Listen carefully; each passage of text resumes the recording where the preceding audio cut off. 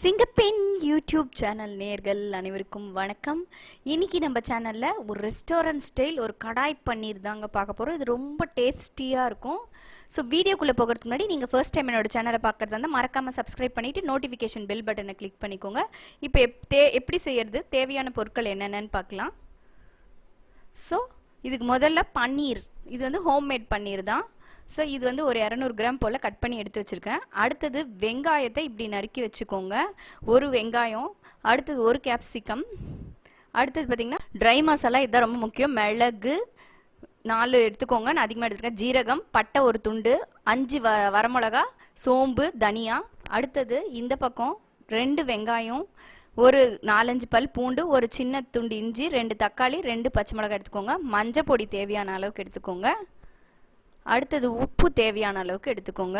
அடுத்து கரம் மசாலா ஆப்ஷனல், இது நான் போடல இருந்தால் உங்களுக்கு காமிக்கிறேன். ஸோ ஃபஸ்ட்டு ஒரு கடாய் ஆர் பேன் எடுத்துகிட்டு இந்த ட்ரை மசாலாவை நல்லா ரோஸ்ட் பண்ணிக்கலாம்.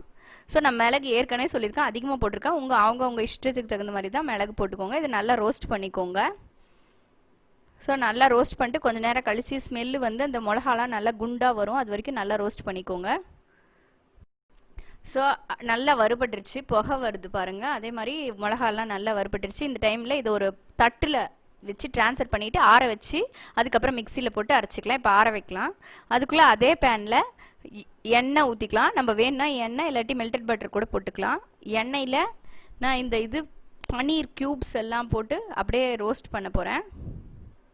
ஸோ பன்னீர் க்யூப்ஸ் எல்லாமே போட்டாச்சு. அப்படியே அழுங்காமல் திருப்பி போடுங்க, இல்லாட்டி பன்னீர் உடஞ்சிரும். அது ஹோம்மேட் பன்னீர்ன்றதுனால கொஞ்சம் சீக்கிரமாக உடையும். நீங்கள் ஸ்டோர் பாட் பன்னீர்னா கொஞ்சம் உடையாது, இருந்தாலும் நல்லா ஃப்ரை பண்ணிக்கோங்க. இது பட்டரில் பண்ணிங்கன்னா இன்னும் நல்லாயிருக்கும். நான் இது ஆயிலில் பண்ணியிருக்கேன்.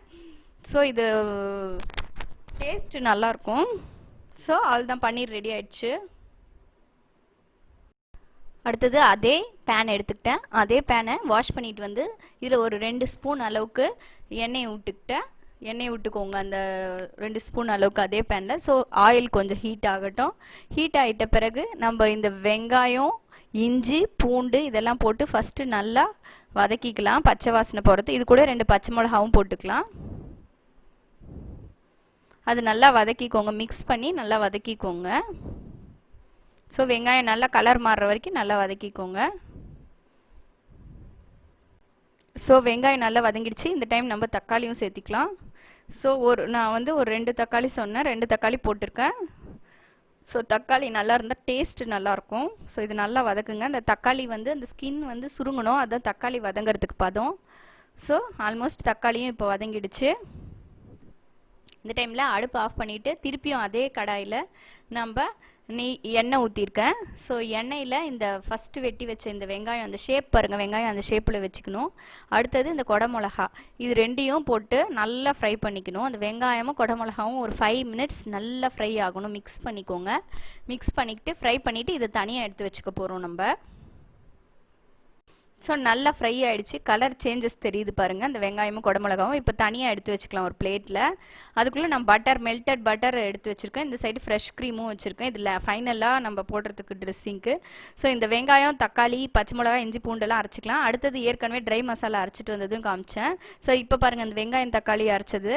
ஸோ நம்ம ஒரு கடாய் எடுத்து வச்சுக்கிட்டு அதில் நம்ம பட்டர் போடுறேன். ஸோ இது வரைக்கும் நம்ம எண்ணெய் பார்த்தோம், இப்போ பட்டரில் போட்டால் கொஞ்சம் டேஸ்ட்டு நல்லா வரும். ஸோ பட்டரில் நம்ம இதில் சீரகம் சேர்த்திக்கிறோம். நார்த் இண்டியனுன்றதுனால சீரகம் போட்டு தாளிக்கணும். இது ஒரு நார்த் இண்டியன் ஐட்டம், ரெஸ்டாரண்ட் ஸ்டைலில் இருக்கும். ஸோ இது பண்ணிங்கன்னா குழந்தைங்க அவ்வளோ நல்லா விருப்பமாக சாப்பிடுவாங்க. ஸோ கொஞ்சம் நேரம் ஆகட்டும் சீரகம். அதுக்கப்புறம் நம்ம இந்த அரைச்சி வச்ச தக்காளி, வெங்காயம், இஞ்சி, பூண்டு, விழுது இதெல்லாம் போட்டு ஒன்றா சேர்த்திக்கலாம். ஸோ எல்லாம் சேர்த்திக்கிட்டாச்சு. இப்போ போட்டு நல்லா கிளறிக்கோங்க. ஸோ இது நேச்சுரல் கலரே இருக்கட்டும். நம்ம அந்த மிளகால காஷ்மீரி சில்லி பவுடர் போட்டால் கலர் வரும். மஞ்சள் பொடி ஒரு ஸ்பூன் போட்டுக்கிறேன்.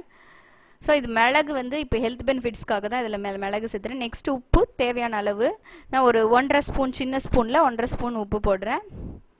ஸோ போட்டுட்டு நல்லா கலக்கிக்கோங்க. நான் கரம் மசாலா போடல, உங்களுக்கு வேணுன்னா போட்டுக்கலாம், ஆப்ஷன் தான். ஸோ இது வந்து நான் வெங்காயம் தக்காளி அரைச்சது வந்து சுத்தமாக தண்ணி விடாமல் அரைச்சேன். இப்போ இந்த மிக்ஸி ஜாரை அலம்பி ஊற்றும் போது மட்டும் ஒரு 1/2 டம்ளர் பக்கம் தண்ணி ஊற்றினேன். ஸோ நல்லா கிளறி விட்டுக்கோங்க. அது கொஞ்சம் கெட்டியாகும் ஆற நல்லா கொதி வந்துடுச்சு. ஸோ இந்த டைமில் நம்ம அந்த வெங்காயம், கேப்சிகம் 2த்தையும் போட்டுக்கலாம். மிக்ஸ் பண்ணிக்கோங்க. கலந்துக்கோங்க.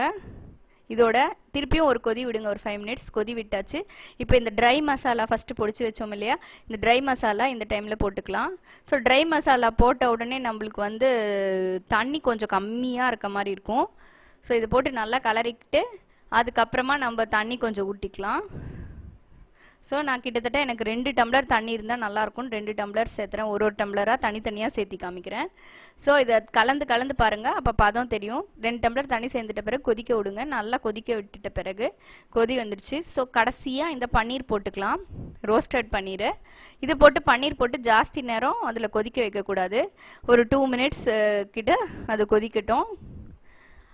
இந்த டைமில் கரம் மசாலா ஆப்ஷன் இருக்கவங்க போட்டுக்கலாம். நான் ஹோல் கரம் மசாலா போட்டதுனால நான் போடலை. ஸோ அவ்வளோதான், நம்மளுக்கு ரெடி ஆகிடுச்சு. ஸோ இதுக்கு மேலே ஃப்ரெஷ் க்ரீம் போட்டுக்கலாம். கொத்தமல்லி வந்து என்கிட்ட இப்போ இல்லாததுனால நான் கொத்தமல்லி போடல. நீங்கள் கொத்தமல்லி கட் பண்ணி போட்டிங்கன்னா நல்லாயிருக்கும். ஸோ இந்த வீடியோ உங்களுக்கு கட்டாயம் பிடிக்கும்னு நினைக்கிறேன். வீடியோ பிடிச்சா லைக் பண்ணுங்கள், ஷேர் பண்ணுங்கள், மறக்காமல் சப்ஸ்கிரைப் பண்ணுங்கள். ஸோ உங்களோட கமெண்ட்லாம் ரொம்ப எனக்கு இம்பார்ட்டண்ட். ஸோ நெக்ஸ்ட் வீடியோவில் பார்க்கலாம். Until then, bye from Singappen. Bye.